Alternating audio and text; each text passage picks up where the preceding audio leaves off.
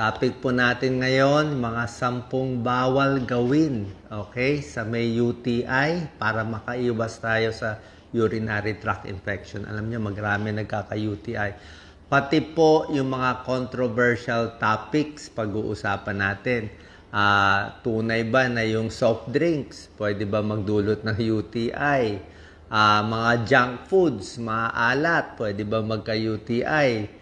Iba pa, mga swimming pool. Pwede ba mag-swimming? Pwede ba magtalik, mag-contact pag may UTI? Pag-usapan natin lahat yan. Actually, medyo controversial yung mga ibang topics pero di-discuss natin na maganda. Pero unahin muna natin, ano ang senyales ng may UTI? Minsan, parang walang senyales, lalo na kung mild lang naman yung UTI mo. Pero usually, lalaki o babae, mahapdi ang pag-ihi. Okay? Yung sa umpisa ng ihi, sa dulo ng ihi, pwedeng mahapdi, masakit. So, may possibility na UTI yan. Madalas umihi, parang masakit dito sa may pantog. Parang masakit, parang mabigat.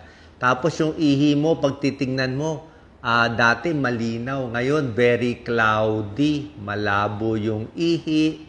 At maamoy, maalabo, maamoy, may ibang parang matapang yung amoy, pwedeng may UTI yon.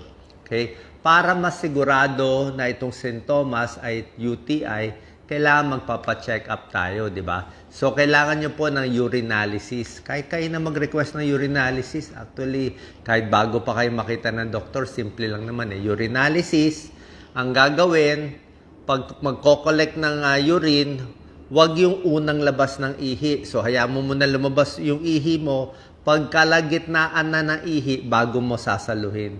Sasaluhin mo dun sa plastic na bottle bago mo ibibigay. Kasi pag yung unang ihi, minsan, baka may dumi sa labas ng ari ng lalaki, ng babae, baka kung ano pa makontaminate. So, dapat yung gitna ng ihi para sure tayo may UTI ba o wala. Pag nakita may UTI, syempre may gamutan dyan. Hindi lahat ng masakit umihi, UTI na. Ha? Pag sa lalaki, pwedeng sexually transmitted disease, STD. Okay? Sa lalaki, pwede ring prostate problem. Kaya maraming possibility. Huwag agad-agad iinom ng gamot. Check muna urinalysis. Mura lang may urinalysis, baka 100 pesos. So, yan ang senyales. Ano yung komplikasyon ng UTI? Ang ayaw natin, yung paulit-ulit na UTI. Kasi kung paulit-ulit, baka may kidney stone ka, tapos yung UTI, minsan nag-uumpisa yan sa pantog, sa bladder. Pag hindi ginamot ang UTI sa pantog, aakyat yan. Pupunta yan sa kidneys. Pag pumunta sa kidneys ang infection, mas matindi.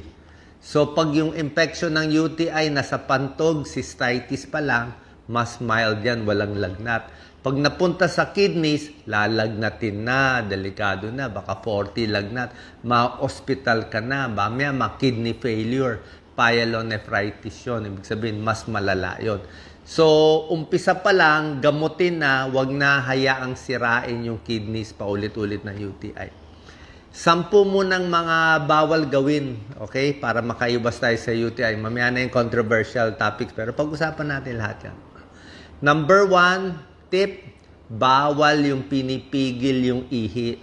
Okay, yung pigil ka ng pigil na matagal na panahon, minsan na pwede ka magka-UTI niyan. Parang nag-iipon yung mga bakterya. So, after 2 hours, 3 hours, ilabas mo na yung ihi mo. Diba? So, regular pag-ihi, every 2 hours, pwede yon. Number 2, proper hygiene. Yan na tinuturo ng mga ibang doctors na napapanood ko rin. Ang proper hygiene, ibig lang sabihin, syempre yung ari ng babae, ari ng lalaki, kung saan lumalabas yung ihi, ayaw mo umakyat yung E. coli na bakterya. So, paano hindi aakyat yung bakterya? Ibig sabihin, saan ba nanggagaling yung bakterya? Sa dumi ng tao. Diba? Pag dumumi tayo, ang daming bakterya yon. Ang labasan ng dumi natin, pati yung labasan ng ihi sa babae, magkalapit eh. So, minsan, baka pag naghuhugas ka ng puwet, baka yung dumi mapunta dun sa, sa labasan ng ihi ng babae, pwede ka magka-UTI, di ba? Kung hindi malinis, baka yung paghugas, di ba? Hindi malinis. Sa lalaki, mas maliit ang tsansa dapat ng UTI. Kasi yung ari ng lalaki mas mahaba eh. So, mas maliit dapat ang chance. Pag ang lalaki nagka-UTI, i-check na natin mga misis. Baka may ibang partner yung lalaki nyo. Kasi bihira lang magka-UTI ang lalaki.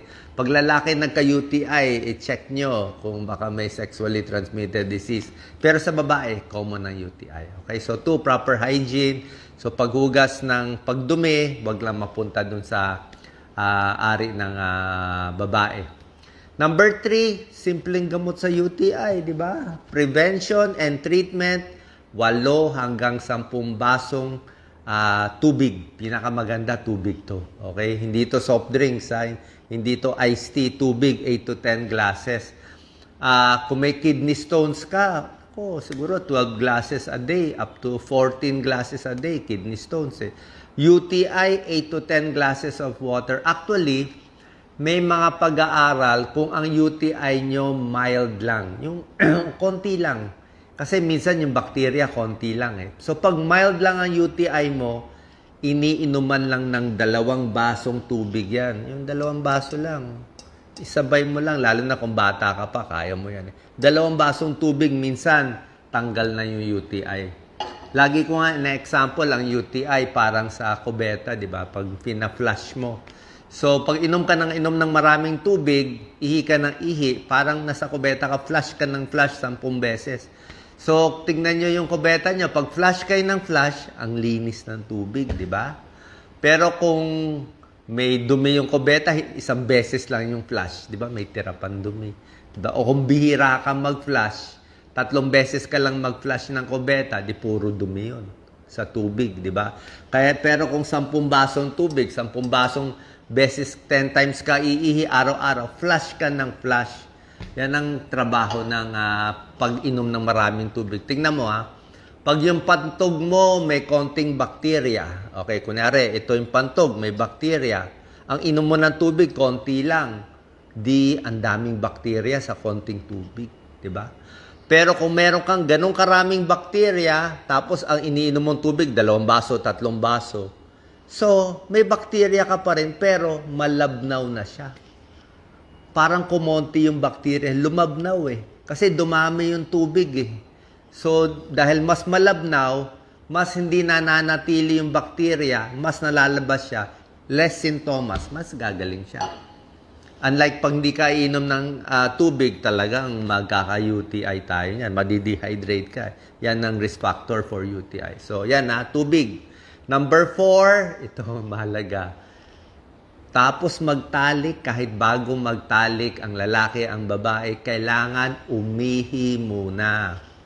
Okay? Especially after magtalik, kailangan 1 ihi bago matutulog. Bakit? Diba sinabi ko nga sa inyo, ang urethra ng babae, maiksi, syempre nagtatalik, may contact, may friction, may gas-gas, so may possibility, may papasok na bacteria dun sa babae, diba? Kaya may tinatawag na honeymoon cystitis. Very common yan. Honeymoon cystitis. Mag-asawa, mag-partner, o baka hindi mag-asawa, first time nagtalik, pagtalik nila sa honeymoon, cystitis na UTI. Very common yan. Bakit? Hindi umihi after magtalik. At dapat nga, bago magtalik, uminom ng maraming tubig para pag ihi mo, malabas mo lahat ng dumi. Tapos maghuhugas din ng puwerta afterwards. Diba? Hindi kayo mapapasma, kailangan maghugas para mabawasan ang chance ng UTI. Number 5, pasensya na, medyo maselan tong tips natin pagdating sa pagtatalik, number 5, bawal yung medyo, aggressive na pagtatalik o wild na pagtatalik, yung sobrang lakas o sobrang kung ano ginagawa, baka maraming mapasok na bakterya magkaka-UTI din, magkakasugat pa. Diba? So, ingat din. Pwede rin gumamit ng mga KY jelly, lalo na kung may edad na yung babae, kung medyo dry na yung babae.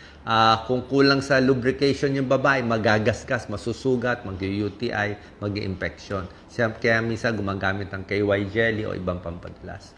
So yan, nasa pagtatalik, pwede magka-UTI. Number 6, bawal yung matatapang na sabon.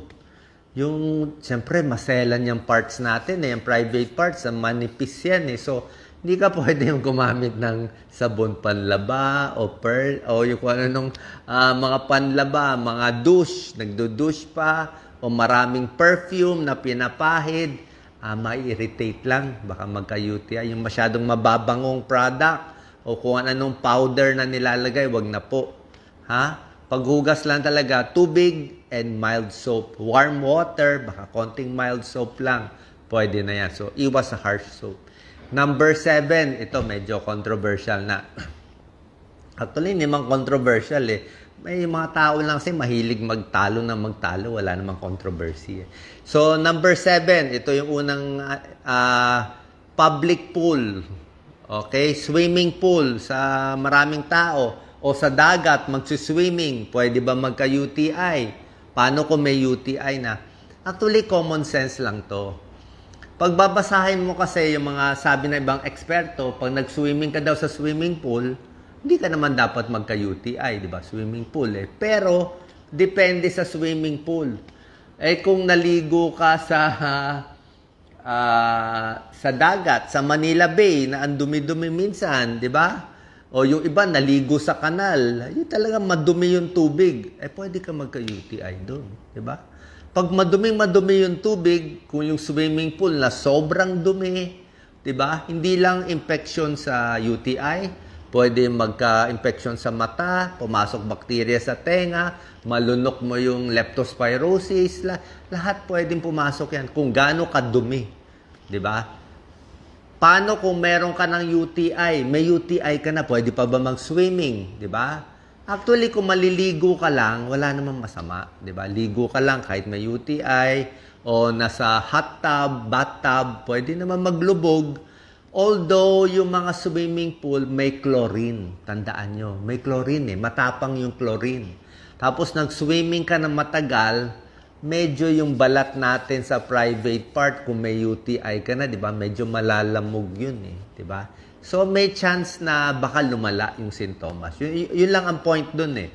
Kung mataas yung chlorine, baka hindi malinis yung swimming pool, may UTI ka na, pagalingin mo muna. Diba? Pag magaling ka na, tsaka ka na mag-swimming. Pero yung mabubuntis sa swimming pool, usually, hindi tunay yan. Maliit ang chance, medyo malabo naman na mabuntis. Yan another topic yan. Number 8, ang bawal, masikip na underwear. Okay? Pag sobra sikip ang underwear nyo, lalo na kung nylon, di ba, ang init-init. Pag sobra init, pinapawisan ang singit, pinapawisan ang private part. Pag pinapawisan yan, very moist, pwede magka-bacteria. Hindi lang UTI yan, yeast infection. Common yan sa babae. Nagkakaroon ng discharge yung babae. Maputi, madilaw na discharge, minsan may amoy. Kasi nga, sobrang mga panty liner, yung mga ganyan, ayaw ng mga dermatologist yan. Ayaw ni Dr. Katigo, derma na. Sabi niya, yung mga panty liner, sobrang sikip. Sabi nga ni Dr. Katigo, yung guest namin lagi na derma, kung ang size mo daw medium, bilin mo daw large. Kung ang underwear mo large, bilin mo daw XL. Di bali na medyo mukhang losyang, pero at least mas mahangin, mas maganda. Yung iba nga sa gabi, walang underwear, mas mahangin, mas gagaling yung mga infection sa singit, lalo na sa lalaki, sa babae. Hindi lang UTI yun. Number 9, dapat syempre malinis yung private part, di ba? Hindi pwedeng hindi lilinisin sa malinis lang na tubig at mild soap. And number 10, dapat i-manage ang chronic condition. Anong chronic condition? Kung may diabetes kayo, okay, may diabetic, hindi controlled ang blood sugar, high risk for UTI. Pwede magka-UTI ang diabetic. Bakit? Mahina ang katawan hindi controlled ang blood sugar. Mahina immune system. Mabilis tamaan ng UTI. Another chronic condition, kidney stone. Okay? May bato sa bato, may kidney stone ka, mahina ka uminom ng tubig, nagka-kidney stone. pwede rin tubuan ng UTI yun. Hindi agad-agad yung may diabetes, may kidney stone, hindi agad-agad magkaka-UTI, pero higher risk siya sa normal. So ito yung mga bawal gawin, yung mga bawal pagpigil. Okay, punta na tayo doon sa mga controversial topics. Okay, nakita ko, ang dami nagtatalo mga doktor, mga pasyente. So ito yung tanong, soft drinks ba, matatamis ba, junk food ba, pwede ba magdulot ng UTI? Okay, soft drinks, junk food. Pagtatanungin mo ang mga doktor, ang sagot nila ay hindi. Okay? Pagtanungin mo rin ibang expert, sagot nila ay hindi. Kasi ang paliwanag ay soft drinks, junk food, matamis, maalat, walang bakterya dun kumain ka lang. 'Di ba? Pero soft drinks, syempre, nakakataba. 'Di ba? Junk food, parehong hindi healthy yan. Pwedeng magka-diabetes, sakit sa puso, 'di ba? Maalat. Pero yung magkakos ng UTI, kaya uminom ka ngayon ng soft drinks, kumain ka ng chicheria, bukas magkaka-UTI. Mukhang hindi. Kasi nga, ang UTI, bakterya E. coli. E. coli na pupunta dun sa urethra ng babae. Kaya, ang sagot ng mga doktor, hindi. In a way, tama rin yon. Kaya lang, ito yung issue. Okay, hindi pa tapos Wag nyo ako i-cut. Kailangan maintindihan nyo. Paano kung yung soft drinks mo at chicheria mo 5 taon mo kinakain? Let's say 5 years ka na ng puro soft drinks, puro junk food, puro matatamis, puro bawal ang kinakain. Pwede ba higher risk for UTI? Actually, kung tutuusin, yung pangmatagalan 5 years o 1 year, 2 years, actually possible. Pero indirect. Paano nangyari? Sobrang matatamis, sobrang soft drinks, ang ginagawa mo, kain ka ng kain, magkaka-diabetes ka. Higher risk for diabetes, overweight, metabolic syndrome. Pag nagka-diabetes ka na hindi controlled, pwede magka-UTI. Oo. Indirect, pang matagalan. Siguro, pag puro ka na talagang soft drinks, humina na katawan mo, marami ng problema. Actually, soft drinks, matatamis, iced tea, and diabetes, hindi lang UTI magiging problema mo. Ang problema mo, kidney failure. Yun ang pinaka-nakakatakot. Kidney failure sa diabetes, makakabulag, ang daming diabetic retinopathy, napuputol yung paa, namamanhid yung paa, nagkakaroon komplikasyon sa puso, heart attack, stroke, diabetes, lahat yun. UTI, dagdag lang yun, dagdag komplikasyon. Pero, long term pa bago aabot sa UTI. Pagdating naman sa junk food, maalat, mga patis, toyo, daing, pwede ba magka-UTI? Hindi agad-agad. Hindi yung kumain ka ngayon ng chicheria, bukas na. I don't think agad-agad. Pero, kung sasabihin mo sobra alat ang kinakain mo, ano mangyayari? Diba? Pag maraming alat, mababawasan ka ng tubig madidehydrate ka. Pag na-dehydrate ka, magkaka-kidney stone ka. Diba? So, pag nagka-kidney stone ka, ano pa ba? Junk food, sobra alat, pwede ka rin magka-kidney stone. Diba? Ayaw natin din yung sobrang salt kung may kidney stone ka. So, lahat itong junk food, unhealthy foods, higher risk for kidney stone, kung ano man yung kidney stone mo. Pag may kidney stone ka na, pwede ka na magka-UTI. Kasi dumidikit na dun yung UTI. So, in a way, soft drinks, junk food, in the long term, after 5 years, kung puro yan nang yan, pwede naman umabot sa UTI. So, pareho silang tama, yung mga nakikipag-away. Tama naman yung mga doktor, hindi agad-agad. Pero indirectly, in long term, pwede rin. At may kukwento pa ako sa inyo. Kasi yung mga pag-aaral sa medisina, pabago-bago. Oo. Minsan may pag-aaral noon. Paano kung next year may bagong pag-aaral? Possible na biglang magkukos na pala ng UTI, hindi natin alam. Pero, explain ko lang yung mga lumang pag-aaral. Okay? Sa lumang pag-aaral, meron ako nakita 2013, 2015, chinek nila ang mga pagkain ito at sintomas ng UTI. Yung may UTI na yung tao. Ang nakita nila, may mga pagkain nakakalala ng sintomas ng may UTI, may mga pagkain nakakaginhawa sa may UTI. Doon muna tayo sa nakakaginhawa sa UTI. Siyempre, tubig. Okay? Pero nakita nila, cranberry juice, wala tayo dito eh. Bibili ka lang sa mga imported supermarket. Cranberry juice, may tulong konti sa UTI. Pero pag may sakit sa UTI, antibiotics pa rin tayo. Pero cranberry juice, may konting pag-aaral, good. Yung mga citrus fruits, orange juice, parang may tulong din konti sa UTI. Mga probiotics, lactobacilli, good bacteria, may tulong din sa kung meron ng UTI. So, orange juice, cranberry juice, probiotic, maraming tubig, parang may tulong sa maliliit na pag-aaral. Small studies lang 30 people, 50 people, 2013 ginawa, 2015. At meron ding maliit na pag-aaral, i-check nyo na lang. Pero maliliit kasi mga pag-aaral na yung mga matatamis, soft drinks at iba pa, nakakalala daw ng sintomas ng UTI. Pero small studies lang to, 30 people. Kaya pag sinabi kong maliit na pag-aaral, 30 people lang, medyo hindi pinaniniwalaan ng mga doktor. Kasi parang 30 pa lang yan eh. O, kahit tayo, yun lang ang meron. Hintayin natin na pag-aralan sa 200 people. Yung pag-inom ng soft drinks kung nakakalala. Okay? Pero kahit anuman yung paliwanag, huwag na kayo uminom, tubig na lang. Diba, nakakataba eh. Soft drinks, iced tea, kung ano matatamis, junk food. Alam naman natin, hindi okay eh.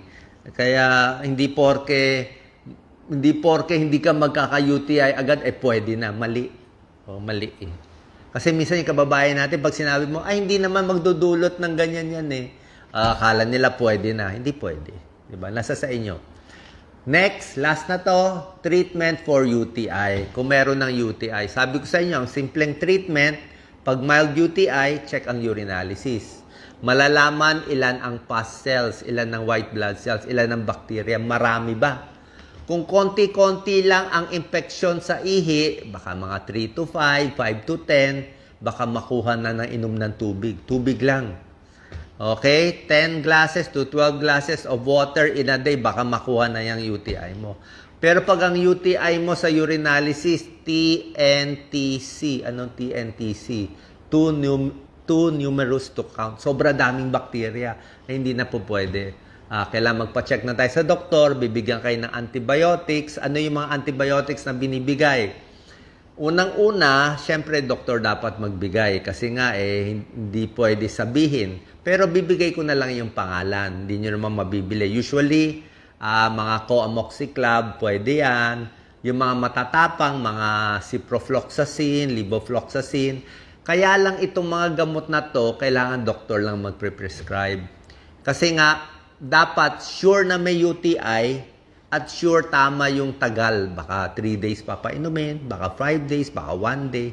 Dapat doktor magbibigay. Kasi pag ininom nyo tong mga ciprofloxacin, marami na gusto mag-self-prescribe o mga coamoxiclav. Ang problema dyan, hindi mo mapapatay ng todo yung bakterya. At ang problema, pag sinanay mo yung katawan mo sa antibiotics, pag kailangan mo na siya, hindi na siya effective. Masasanay yung mga kalaban mo sa katawan sa antibiotics. Gusto natin kung kailan ka may tunay na UTI, may pulmonya na matindi, tsaka first time, parang virgin case, first time ka inom ng antibiotic para patay siya agad. Kasi pag inom ka ng inom every 3 months ng ciprofloxacin, inom ka ng inom, magiging resistant na. Yung mga bakterya mo, patapang na patapang. Pag sumobra sila tapang, pag uminom ka pa nitong antibiotics, wala nang silbi. Paano pinalakas mo sila eh? O, kaya gamitin lang yung antibiotics, suntukin yung bacteria at the right time, at the right dose para tulog. Baga kay Pacquiao dapat knock-out yung kalaban. Kung kailan lang kailangan siya, doon natin i-knock-out. Kaya kailangan doktor magbibigay ng antibiotics. Okay? And sabi ko nga, treatment of UTI, inom ng inom palagi, ihi ng ihi, iwas muna. Alak, nakaka-dehydrate. Kape, nakaka-dehydrate. Pwede mo konti, pero minsan nakaka-irritate. Spicy foods, nasa sa inyo, pwede, hindi pwede, pero iba na-irritate. Hot pack, pwede rin kung masakit ang puson, mainit. Probiotics, tulad na sinabi ko, probiotics, cranberry. May tulong, pero hindi siya substitute sa antibiotics. Pagtatalik, pag may UTI na, okay? Pag may UTI na, sa tingin ko, pwede time out muna sa pagtatalik. Kasi baka paggaling ka na sana, magdagdag ng irritation, magdagdag ng infection, at magkaroon ng reinfection. Sabihin, magaling ka na bagong galing ka pa lang na-infect ulit kasi nga aggressive yung partner mo di ba? So, yun ang problema. Kaya sabi ko nga, umihi, before, after, inom ng maraming tubig para malabas ang mga bakterya. Number 8, pahinga para lumakas ang katawan. Good hygiene sa ari. And number 10, monitor for complications. Pag may UTI, dapat walang lagnat, dapat hindi masakit dito sa likod, at dapat walang dugo sa urine. Okay, sana po nakatulong to, nakalinaw to sa paggamutan sa UTI at dito sa mga controversial topics sa UTI. Salamat po.